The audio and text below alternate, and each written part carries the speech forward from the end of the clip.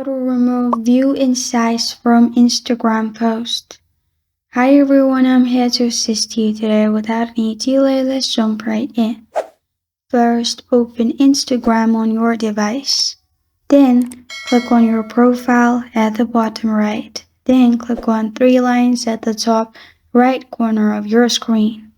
In here, scroll down and click on Creator Tools and Insights. After you've clicked on it, in here, click on the gear icon at the top right. After you've clicked on the gear icon at the top right, you'll find this kind of screen. In here, you'll find Insights. Simply click on it to turn it off. Then click on Turn Off Insights. Make sure the white circle is on the left side. After it's turned off, you can go view your post and there's no option for View Insights. And this is how to remove view insights from Instagram posts.